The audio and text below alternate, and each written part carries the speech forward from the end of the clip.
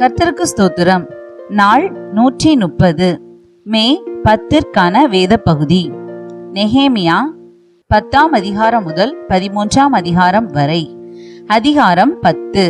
முத்திரை போட்டவர்கள் யார் என்றால், அகலியாவின் குமாரனாகிய திர்ஷாதா என்னும் நெகேமியா, சிதேகியா, செராயா, அசரியா, எரேமியா, பஸ்கூர், அமரியா, மல்கிஜா, அத்தூஸ், செபனியா, மல்லூக், ஆரீம், மெரேமோத், ஒபதியா, தானியேல், கினேதோன், பாரூக், மெசுலாம், அபியா, மியாமின், மாசியா, பில்காய், செமாயா என்னும் ஆசாரியர்களும், லேவியராகிய அசனியாவின் குமாரன் யெசுவா, எனாதாதின் குமாரரில் ஒருவனாகிய பின்னூயி, கத்மியேல் என்பவர்களும், அவர்கள் சகோதரராகிய செபனியா, ஒதியா, கேலிதா, பெலாயா, ஆனான், மீகா, ரேஹோப், அசபியா, சக்கூர், செரெபியா, செபனியா, ஒதியா, பானி, பெனினு என்பவர்களும், ஜனத்தின் தலைவராகிய Parosh, பாகாத் Moab, Elam, Zattu, Bani, Bunni, Azgad, Bebai, Adonijah, Bigvai, Adin, Ater, Hizkijah, Azzur, Hodijah, Hashum, Bezai, Hariph, Anathoth, Nebai, Magpiash, Meshullam, Hezir, Meshezabeel, Zadok, Jaddua, Pelatiah, Hanan, Anaiah, ஓசையா, அனனியா, அசூப், அல்லோகேஸ், பிலஹா, சோபேக், ரேஹும், அஷபனா, மாசையா, அஹியா, கானான், ஆனான், மல்லூக், ஆரிம், பானா என்பவர்களுமே. ஜனங்களில் மற்றவர்களாகிய ஆசாரியரும் லேவியரும் வாசல் காவலாளரும் பாடகரும் நிதனீமியரும் தேசங்களின் ஜனங்களை விட்டு பிரிந்து விலகி தேவனுடைய நியாய பிரமாணத்துக்கு திரும்பின அனைவரும், அவர்கள் மனைவிகளும் அவர்கள் குமாரரும் அவர்கள் குமாரத்திகளுமாகிய அறிவும் புத்தியும் உள்ளவர்கள் எல்லாரும் தங்களுக்கு பெரியவர்களாகிய தங்கள் சகோதரரோடே கூடிக்கொண்டு தேவனுடைய தாசனாகிய மோசேயை கொண்டு கொடுக்கப்பட்ட தேவனுடைய நியாய பிரமாணத்தின்படி நடந்து கொள்வோம் என்றும், எங்கள் ஆண்டவராகிய கர்த்தரின் கற்பனைகளையும் சகல நீதி நியாயங்களையும் கட்டளைகளையும் எல்லாம் கைக்கொண்டு அவைகளின்படி செய்வோம் என்றும், நாங்கள் எங்கள் குமாரத்திகளை தேசத்தின் ஜனங்களுக்கு கொடாமலும் எங்கள் குமாரருக்கு அவர்கள் குமாரத்திகளை கொள்ளாமலும் இருப்போம் என்றும், தேசத்தின் ஜனங்கள் ஓய்வு நாளிலே சரக்குகளையும் எந்தவித தானிய தவசத்தையும் விற்கிறதற்கு கொண்டு வந்தால் நாங்கள் அதை ஓய்வு நாளிலும் பரிசுத்த நாளிலும் அவர்கள் கையில் கொள்ளாதிருப்போம் என்றும், நாங்கள் 7ஆம் வருஷத்தை விடுதலை வருஷமாக்கி சகல கடன்களையும் விட்டு விடுவோம் என்றும் ஆணையிட்டு பிரமாணம் பண்ணினார்கள். மேலும் நாங்கள் எங்கள் தேவனுடைய ஆலயத்தின் ஆராதனைக்காக சமூக தப்பங்களுக்கும் நித்திய போஜன பலிக்கும் ஓய்வு நாட்களிலும் மாத பிறப்புகளிலும் செலுத்தும் நித்திய சர்வாங்க தகன பலிகளுக்கும் பண்டிகைகளுக்கும் பிரதிஷ்டையான பொருள்களுக்கும் இஸ்ரவேலுக்காக பாவ நிவர்த்தி உண்டாக்கும் பலிகளுக்கும் எங்கள் தேவனுடைய ஆலயத்தின் சகல வேலைக்கும் வருஷந்தோறும் நாங்கள் சேக்கலில் 1/3 கொடுப்போம் என்கிற கடனை எங்கள் மேல் ஏற்றுக்கொண்டோம். நியாய பிரமாணத்தில் எழுதியிருக்கிறபடியே எங்கள் தேவனாகிய கர்த்தருடைய பலிபீடத்தின் மேல் எரிகிறதற்காக குறிக்கப்பட்ட காலங்களில் வருஷா வருஷம் எங்கள் பிதாக்களுடைய குடும்பங்களின்படியே எங்கள் தேவனுடைய ஆலயத்துக்கு கொண்டு வர வேண்டிய விறகு காணிக்கைக்காகவும் ஆசாரியருக்கும் லேவியருக்கும் ஜனத்துக்கும் சீட்டு போட்டோம். நாங்கள் வருஷந்தோறும் எங்கள் தேவனுடைய ஆலயத்துக்கு எங்கள் தேசத்தின் முதற் பலனையும் சகலவித விருட்சங்களின் எல்லா முதற் கனிகளையும் கொண்டு வரவும் நியாய பிரமாணத்தில் எழுதியிருக்கிறபடியே எங்கள் குமாரரில் முதற் பேறுகளையும் எங்கள் ஆடு மாடுகளாகிய மிருக ஜீவன்களின் தலையீற்றுகளையும் எங்கள் தேவனுடைய ஆலயத்துக்கும் எங்கள் தேவனுடைய ஆலயத்திலே ஊழியம் செய்கிற ஆசாரியரிடத்துக்கும் கொண்டு வரவும், நாங்கள் எங்கள் பிசைந்த மாவில் முதற் பாகத்தையும் எங்கள் படைப்புகளையும் சகல மரங்களின் முந்தின பலனாகிய திராட்சப்பழ ரசத்தையும் எண்ணெயையும் எங்கள் தேவனுடைய ஆலயத்தின் அறைகளில் வைக்கும்படி ஆசாரியரிடத்துக்கும் எங்கள் நில பயிர்களில் தசம பாகம் லேவியரிடத்துக்கும் கொண்டு வரவும், லேவியராகிய இவர்கள் எங்கள் வெள்ளாண்மையின் பட்டணங்களில் எல்லாம் தசமபாகம் சேர்க்கவும், லேவியர் தசமபாகம் சேர்க்கும் போது ஆரோனின் குமாரனாகிய ஒரு ஆசாரியன் லேவியரோடே கூட இருக்கவும், தசமபாகமாகிய அதிலே லேவியர் 10% எங்கள் தேவனுடைய ஆலயத்தில் உள்ள பொக்கிஷ அறைகளில் கொண்டு வரவும் திட்டம் பண்ணி கொண்டோம்.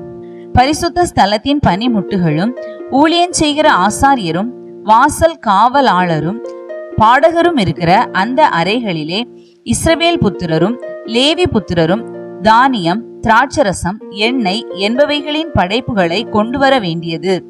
இவ்விதமாய் நாங்கள் எங்கள் தேவனுடைய ஆலயத்தை பராமரியாமல் விடுவதில்லை என்று திட்டம் பண்ணி கொண்டோம்.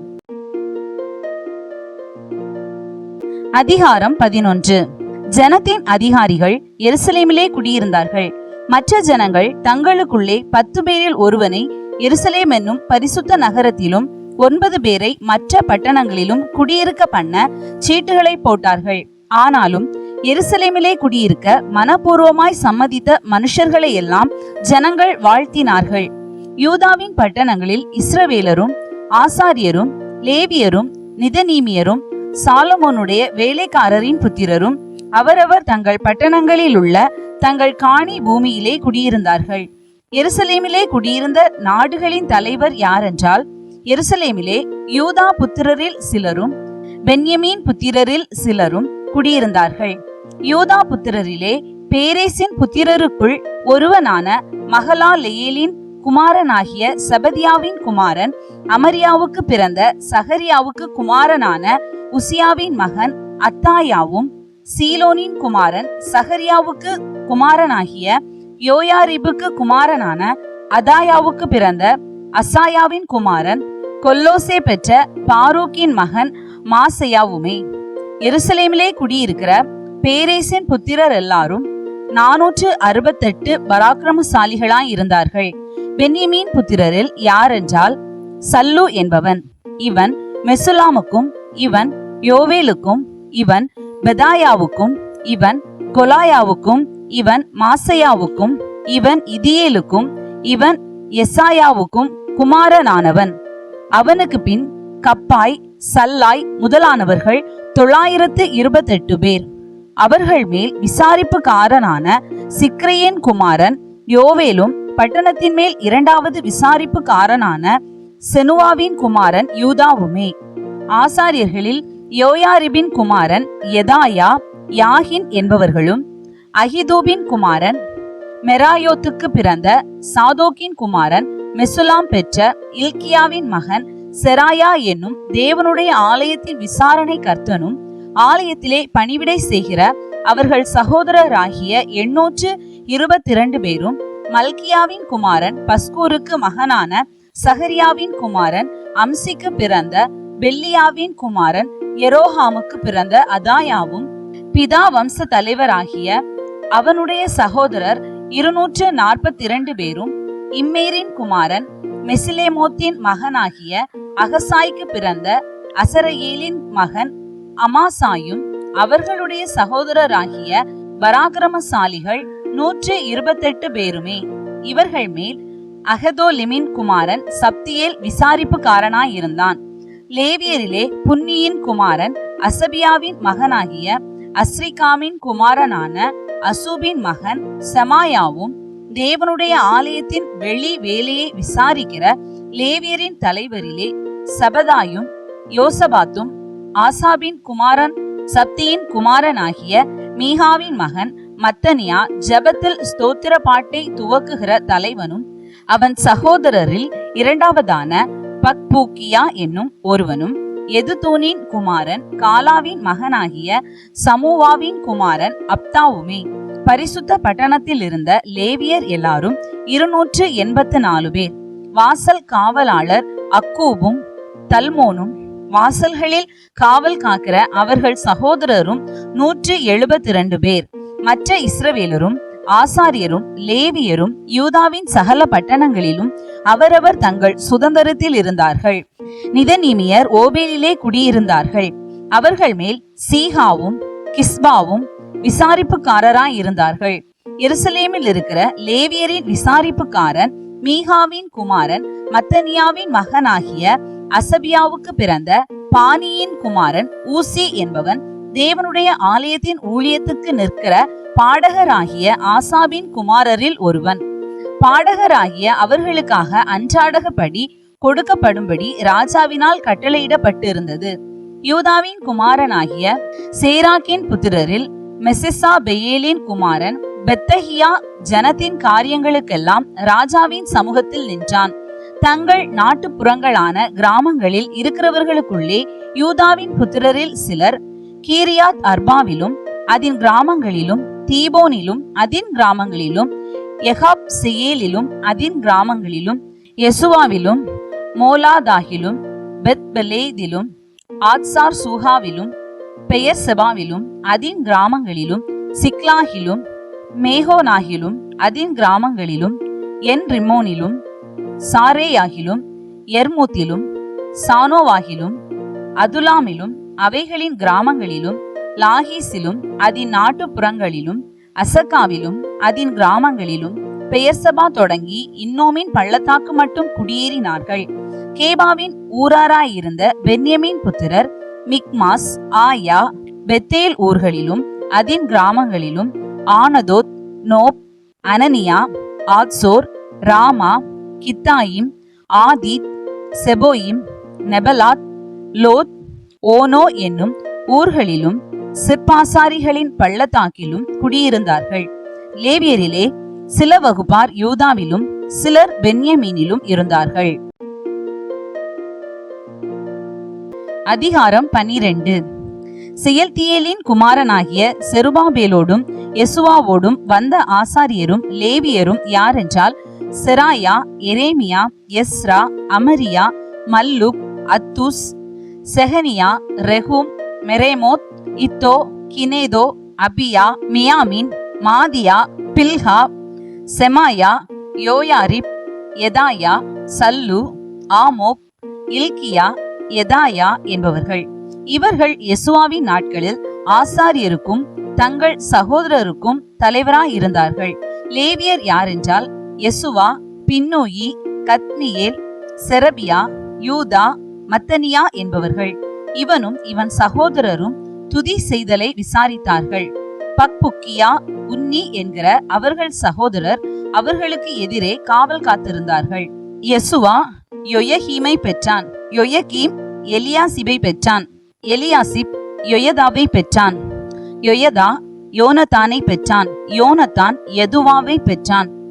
யொயகீமின் நாட்களிலே பிதா வம்சங்களின் தலைவரான ஆசாரியர்கள் யாரென்றால் செராயாவின் சந்ததியில் மெராயா, எரேமியாவின் சந்ததியில் அனனியா, எஸ்ராவின் சந்ததியில் மெசுலாம், அமரியாவின் சந்ததியில் யோகனான், மெலிகோவின் சந்ததியில் யோனத்தான், செபனியாவின் சந்ததியில் யோசேப்பு, ஆரீமின் சந்ததியில் அத்னா, மெராயோதின் சந்ததியில் எல்காய், இத்தோவின் சந்ததியில் சஹரியா, கினேதோனின் சந்ததியில் மெசுலாம், அபியாவின் சந்ததியில் சிக்ரி, மினியாமின் மொவதியா என்பவர்களின் சந்ததியில் பில்தாய், பில்காவின் சந்ததியில் சம்முவா, செமாயாவின் சந்ததியில் யோனத்தான், யோயரிபின் சந்ததியில் மத்தனா, யதாயாவின் சந்ததியில் ஊசி, சல்லாயின் சந்ததியில் கல்லாய், ஆமோக்கின் சந்ததியில் ஏபேர், இல்கியாவின் சந்ததியில் அசபியா, யதாயாவின் சந்ததியில் நெதனெயேல் என்பவர்கள். எலியாசிபின் நாட்களில் யொயதா, யோகனான், யதுவா என்கிற லேவியர் பிதா வம்சங்களின் தலைவராக எழுதப்பட்டார்கள். பெர்சியனாகிய தரியுவின் ராஜ்யபாரம் மட்டும் இருந்த ஆசாரியர்களும் அப்படியே எழுதப்பட்டார்கள்.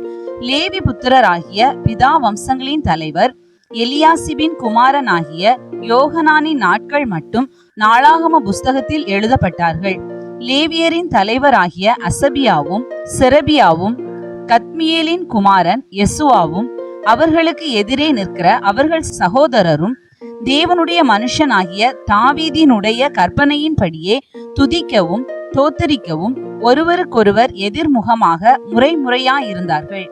மத்தனியா, பக்புக்கியா, ஒபதியா, மெசுல்லாம், தல்மோன், அக்கூப் என்பவர்கள் வாசல்களில் இருக்கிற பொக்கிஷ அறைகளை காவல் காக்கிறவர்களாய் இருந்தார்கள். யோத்சதாக்கின் குமாரனாகிய யெசுவாவின் குமாரன் யோயகீமின் நாட்களிலும் அதிபதியாகிய நெகேமியாவும் வேத பாரகனாகிய எஸ்ரா என்னும் ஆசாரியனும் இருக்கிற நாட்களிலும் அவர்கள் இருந்தார்கள். எருசலேமின் அலங்கத்தை பிரதிஷ்டை பண்ணுகையில் துதியினாலும் பாடலினாலும் கைத்தாளம் தம்புரு சுரமண்டலம் முதலான கீத வாத்தியங்களினாலும் பிரதிஷ்டையை மகிழ்ச்சியோடே கொண்டாட எல்லா இடங்களிலும் இருக்கிற லேவியரை எருசலேமுக்கு வரும்படி தேடினார்கள். அப்படியே பாடகரின் புத்திரர் எருசலேமின் சுற்றுப்புறங்களான சமபூமியிலும் நெத்தோபாத்தியரின் கிராமங்களிலும் பெத்கில்காலிலும் கேபா அஸ்மாவேத் ஊர்களின் நாட்டுப்புறங்களிலும் இருந்து வந்து கூடினார்கள். பாடகர் எருசலேமை சுற்றிலும் தங்களுக்கு கிராமங்களை கட்டியிருந்தார்கள்.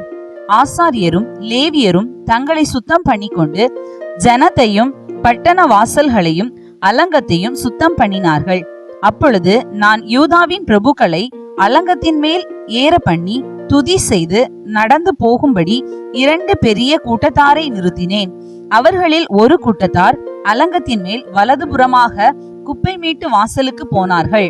அவர்கள் பிறகாலே ஒசாயாவும் யூதாவின் பிரபுக்களில் பாதி பேரும் அசரியா எஸ்ரா மெசுல்லாம் யூதா பென்யமீன் செமாயா எரேமியா என்பவர்களும் பூரியைகளை பிடிக்கிற ஆசாரியரின் புத்திரரில் ஆசாபின் குமாரன் சக்கூரின் மகனாகிய மிகாயாவுக்கு குமாரனான மத்தனியாவின் மகன் செமாயாவுக்கு பிறந்த யோனத்தானின் குமாரன் சகரியாவும் தேவனுடைய மனுஷனாகிய தாவீதின் கீத வாத்தியங்களை வாசிக்கிற அவன் சகோதரரான செமாயா அசரையேல் மிலாலாய் கிலாலாய் மகாய் நெதனேயேல் யூதா அனானி என்பவர்களும் போனார்கள்.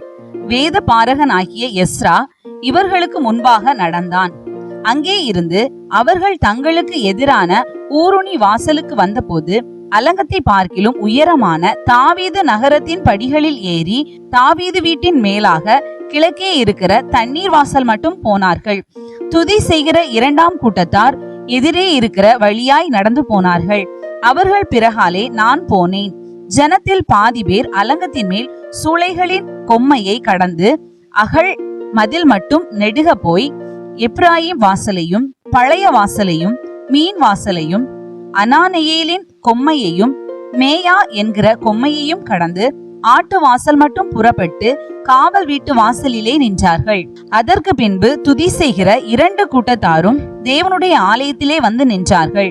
நானும் என்னோடே கூட இருக்கிற தலைவரில் பாதி பேரும் பூரியைகளை பிடிக்கிற எலியாக்கீம் மாசையா மினியாமின் மிகாயா எலியோனாய் சஹரியா அனானியா என்கிற ஆசாரியர்களும் மாசையா செமாயா எலையாசார் ஊசி யோகனான் மல்கியா ஏலாம் ஏசேர் என்பவர்களும் நின்றோம்.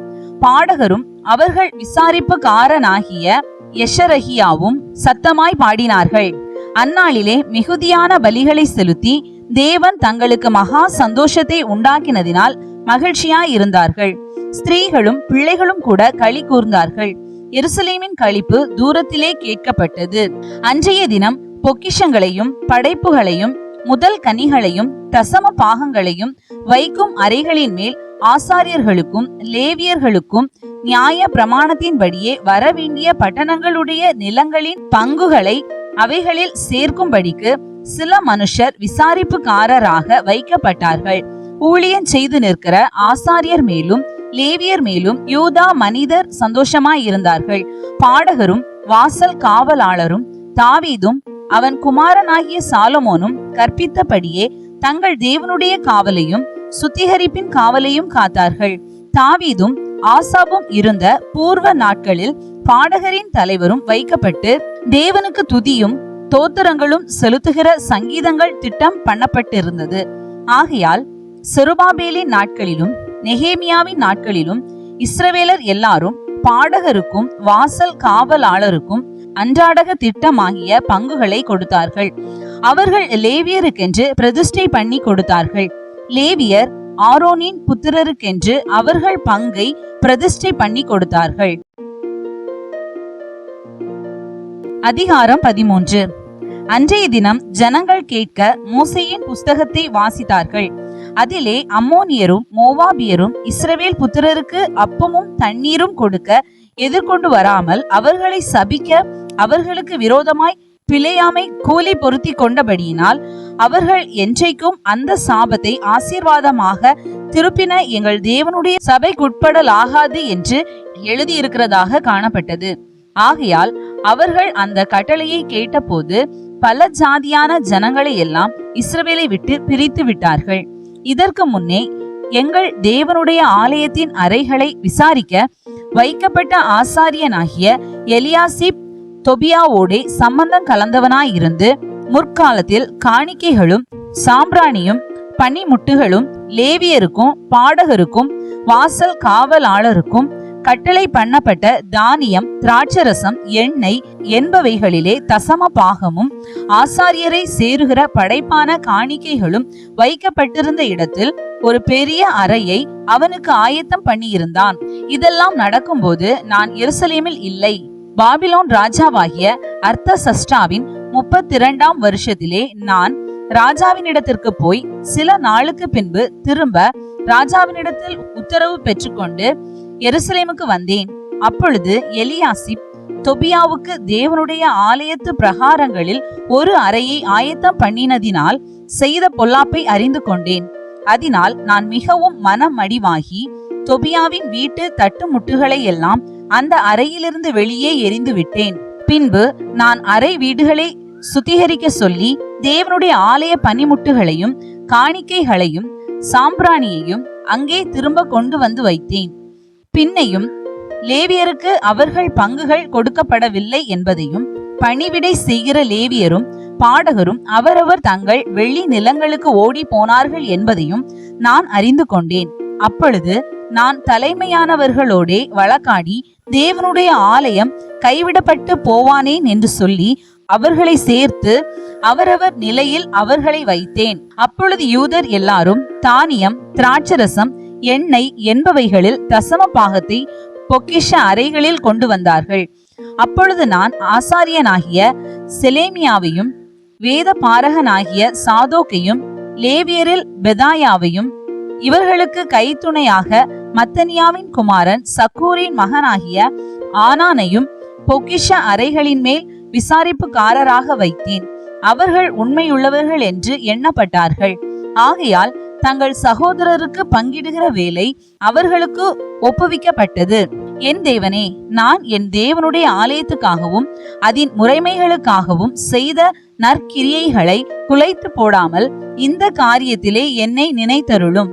அந்த நாட்களில் நான் யூதாவிலே ஓய்வு நாளில் சிலர் ஆலைகளை மிதிக்கிறதையும் சிலர் தானிய பொதிகளை கழுதைகள் மேல் ஏற்றி கொண்டு வருகிறதையும் திராட்சரசம் திராட்சைப்பழம் அத்திப்பழம் முதலானவைகளின் பற்பல சுமைகளை ஓய்வு நாளிலே எருசலேமுக்கு கொண்டு வருகிறதையும் கண்டு அவர்கள் தின்பண்டம் விற்கிற நாளை பற்றி அவர்களை திடசாட்சியாய் கடிந்து கொண்டேன். மீனையும் சகலவித சரக்குகளையும் கொண்டு வந்து ஓய்வு நாளிலே யூதா புத்திரருக்கும் எருசலேமில் இருக்கிறவர்களுக்கும் விற்கிற சில தீரியரும் உள்ளே குடியிருந்தார்கள். ஆகையால் நான் யூதாவின் பெரியவர்களை கடிந்து கொண்டு, நீங்கள் ஓய்வு நாளை பரிசுத்த குலைச்சல் ஆக்குகிற இந்த பொல்லாத செய்கை என்ன? உங்கள் பிதாக்கள் இப்படி செய்ததினால் அல்லவா நமது தேவன் நம்மேலும் இந்த நகரத்தின் மேலும் இந்த தீங்கையெல்லாம் வர பண்ணினார். நீங்களோ வென்றால் ஓய்வு நாளை பரிசுத்த குலைச்சல் ஆக்குகிறதினால் இஸ்ரவேலின் மேலிருக்கிற உக்கிரத்தை அதிகரிக்க பண்ணுகிறீர்கள் என்று அவர்களுக்கு சொன்னேன். ஆகையால் ஓய்வு நாளுக்கு முன்னே எருசலேமின் பட்டண வாசலில் மாலை மயங்கும் போது கதவுகளை பூட்டவும் ஓய்வு நாள் முடியும் மட்டும் அவைகளை திறவாதிருக்கவும் வேண்டும் என்று கட்டளையிட்டு ஓய்வு நாளிலே ஒரு சுமையும் உள்ளே வராதபடிக்கு வாசலண்டையிலே என் வேலைக்காரரில் சிலரை நிறுத்தினேன். அதனால் வர்த்தகரும் சகலவித சரக்குகளை விற்கிறவர்களும் 2 தரம் எருசலேமுக்கு புறம்பே தங்கினார்கள். அப்பொழுது நான் அவர்களை திட சாட்சியாய் கடிந்து கொண்டு, நீங்கள் அலங்க தண்டையிலே தங்குகிறது என்ன? நீங்கள் மறுபடியும் இப்படி செய்தால் உங்கள் மேல் கை போடுவேன் என்று அவர்களோடே சொன்னேன். அது முதல் அவர்கள் ஓய்வு நாளில் வராதிருந்தார்கள். ஓய்வு நாளை பரிசுத்தமாக்கும்படிக்கு உங்களை சுத்தம் பண்ணி கொண்டு வாசல்களை காக்க வாருங்கள் என்று லேவியருக்கும் சொன்னேன். என் தேவனே, இதை குறித்து நீர் என்னை நினைத்தருளி உம்முடைய மிகுந்த கிருபையின்படி எனக்கு இறங்குவீராக. அஸ்தோத், அம்மோன், மோவாப் ஜாதிகளான ஸ்திரீகளை சேர்த்து கொண்ட சில யூதரையும் அந்த நாட்களில் கண்டேன். அவர்கள் பிள்ளைகள் பேசின பேச்சில் பாதி அஸ்தோத் பாஷையா இருந்தது. இவர்கள் அந்தந்த ஜாதிகளின் பாஷையை தவிர யூத பாஷையை திட்டமாய் பேச அறியாதிருந்தார்கள். அவர்களையும் நான் கடிந்து கொண்டு அவர்கள் மேல் வரும் சாபத்தை கூறி அவர்களில் சிலரை அடித்து மயிரை பீத்து, நீங்கள் உங்கள் குமாரத்திகளை அவர்கள் குமாரருக்கு கொடாமலும் அவர்கள் குமாரத்திகளில் ஒருவரையும் உங்கள் குமாரருக்காகிலும் உங்களுக்காகிலும் கொள்ளாமலும் இருக்க வேண்டும் என்று அவர்களை தேவன் மேல் ஆணையிட பண்ணி, நான் அவர்களை நோக்கி, இஸ்ரவேலின் ராஜாவாகிய சாலமோன் இதனாலே பாவம் செய்தான் அல்லவா? அவனை போன்ற ராஜா அநேகம் ஜாதிகளுக்குள்ளே உண்டாயிருந்ததில்லை. அவன் தன் தேவனாலே சிநேகிக்கப்பட்டவனாயிருந்தான். தேவன் அவனை இஸ்ரவேல் அனைத்தின் மேலும் ராஜாவாக வைத்தார். அப்படிப்பட்டவனையும் மறுஜாதியான ஸ்திரீகள் பாவம் செய்ய பண்ணினார்களே. நீங்கள் மறுஜாதியான ஸ்திரீகளை சேர்த்து கொள்ளுகிறதினால் நம்முடைய தேவனுக்கு துரோகிகளாகி இந்த பெரிய பொல்லாப்பை எல்லாம் செய்யும்படி உங்களுக்கு இடம் கொடுப்போமோ என்றேன். யோய்தாவின் புத்திரரிலே பிரதான ஆசாரியனாகிய எலியாசிபினுடைய குமாரன் ஒருவன் ஓரோனியனான சம்பலாத்துக்கு மருமகனானான். ஆகையால் அவனை என்னை விட்டு துரத்தினேன். என் தேவனே, அவர்கள் ஆசாரிய ஊழியத்தையும் ஆசாரிய ஊழியத்துக்கும் லேவியருக்கும் இருக்கிற உடன்படிக்கையையும் தீட்டுப்படுத்தினார்கள் என்று அவர்களை நினைத்து கொள்ளும். இப்படியே நான் மறுஜாதியாரை எல்லாம் நீக்கி ஆசாரியரையும் லேவியரையும் சுத்திகரித்து அவரவரை அவர்கள் வேலையின் முறைகளில் நிறுத்தி குறிக்கப்பட்ட காலங்களிலே செலுத்தப்பட வேண்டிய விறகு காணிக்கையையும் முதற் பலன்களையும் குறித்து திட்டம் பண்ணினேன். என் தேவனே, எனக்கு நன்மையுண்டாக என்னை நினைத்தருளும். இன்றைய நாளுக்கான வேத பகுதி வாசித்து முடிந்தாயிற்று. தேவனுக்கே மகிமை உண்டாவதாக. ஆமேன்.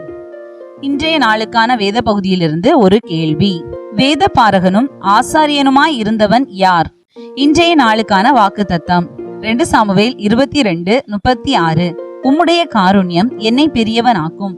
இந்த வாக்கு தத்துவத்தின்படி கர்த்தருடைய காருண்யம் நம்மை பெரியவர்களாய் மாற்றுவதாக. ஆமென்.